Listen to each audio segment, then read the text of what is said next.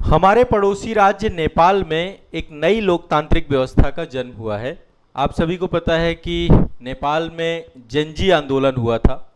2025 में जेनजी आंदोलन ने नेपाल के पूरे स्ट्रक्चर को बदल दिया था। वहाँ के लोकतांत्रिक ढांचे में आमूलचूल परिवर्तन को लेकर काम कर रहे थे। और आप सभी को पता है कि जेनजी का जो विरोध था उसके पृष्ठभूमि पर बहुत सारे प्रदर्शन हुए, और वो प्रदर्शन का जो मूल था भाई भतीजावाद, भ्रष्टाचार, सोशल मीडिया पर प्रतिबंध लगा दिया गया था और शासन में जवाबदेही की कमी जो थी। तो इस कारण से केपी शर्मा जो आपके ओली की सरकार थी वो गिर गई थी और नेपाल की राजनीति में एक बहुत बड़ा मोड़ साबित हुआ जेनजी आंदोलन। तो फाइनली नेपाल में चुनाव हो चुके हैं और नेपाल में एक नए पर्सन आ चुके हैं। आप समझिए, ये नेपाल के 47वें प्रधानमंत्री के रूप में चुने जा चुके हैं। बहुत युवा है, बहुत कम उम्र है, 35 वर्ष के लीडरशिप है। सबसे युवा प्रधानमंत्री का चुनाव हो चुका है जिनका नाम है बालेंद्र शाह।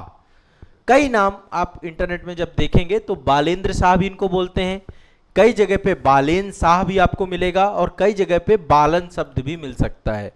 तो बालेंद्र शाह का लोकप्रिय नाम जो है बालन है नेपाल में। ठीक है, मुझे याद है मैं पिछले साल जून के महीने में नेपाल में ही था।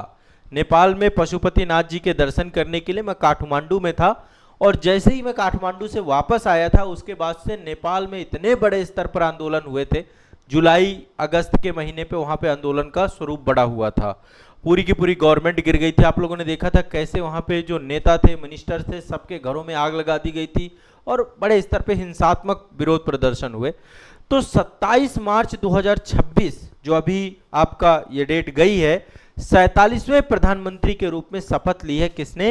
ये पीछे जो आप फोटो देख रहे हैं इनका नाम है बालेंद्र शाह। ठीक है, तो हमारा पड़ोस है, आपको पता होना चाहिए कभी कोई नई नियुक्ति होती है आसपास क्या चल रहा है, जेनजी आंदोलन के बाद क्या बदला। एक पूरी तरीके से लोकतांत्रिक व्यवस्था इस्टेब्लिशमेंट हो रही है। इनकी पार्टी का नाम है राष्ट्रीय स्वतंत्र पार्टी। ठीक है, राष्ट्रीय स्वतंत्र पार्टी ने के जो है ये नेता हैं और अभी इन्होंने 35 वर्ष की मात्र उम्र है इनकी।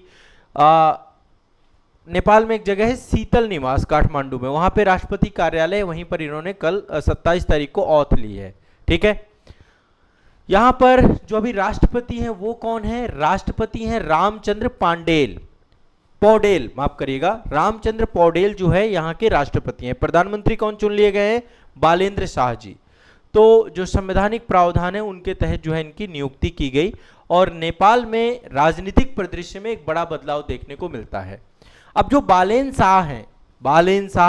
शाह जो मैं आपको बोल रहा हूं, इनकी जो यात्रा है वो बहुत ही अलग है, बहुत ही प्रेरणादायक है। राजनीति में आने से पहले एक रैपर थे।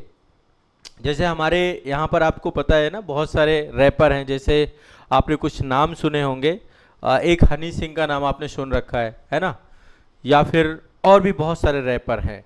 तो ये रैपर थे, पेशे से इंजीनियर थे और एक युवा आइकॉन के रूप में ये बहुत प्रसिद्ध थे। काठमांडू के मेयर के रूप में जब इनका कार्यकाल था, जब ये राजनीति में आए तो शुरुआत इन्होंने काठमांडू के मेयर के रूप में की और इनका कार्यकाल एक सुधारवादी नेता के तौर पे था। तो 35 वर्ष, मतलब आप समझिए बहुत कम उम्र है, नेपाल के इतिहास में सबसे युवा प्रधानमंत्री के तौर पे हैं और मधेसी नेता हैं। ये पहली बार हुआ है कि मधेश क्षेत्र से कोई व्यक्ति प्रधानमंत्री बना है।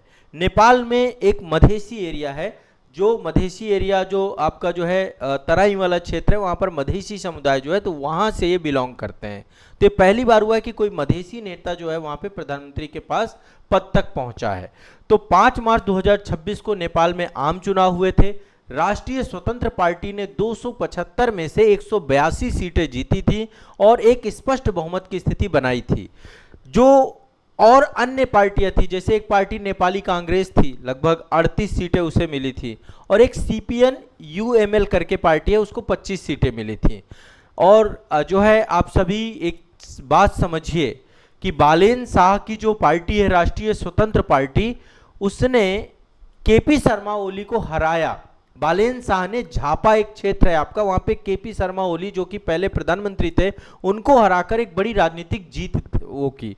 ठीक है, तो इस आधार पे आप समझिए कि नेपाल में एक नया राजनीतिक व्यवस्था का इस्टेब्लिशमेंट हो चुका है और अब जो है जब से बालेन शाह आए हैं तब से अब वो बहुत बड़े स्तर पर भ्रष्टाचार से जुड़ी हुई गतिविधियों पर लगातार कार्रवाई कर रहे हैं। बहुत सारे लोगों के ऊपर एफआईआर हुई है। इनफैक्ट जो पूर्व प्रधानमंत्री केपी शर्मा ओली है उनके ऊपर भी एफआईआर और बहुत सारी जांच कमेटी वगैरह बैठाई गई हैं। तो बड़े बड़े डिसीजंस लेना शुरू कर चुके हैं ये, ठीक है। तो एक ये खबर आप लोगों को जरूरी है। एक चीज मैं जो बता दूं, जब इनका मैं शपथ ग्रहण समारोह देख रहा था तो निश्चित तौर पे जो नेपाल की समृद्ध सांस्कृतिक विविधता है इनके पूरे शपथ ग्रहण समारोह में देखने को मिली।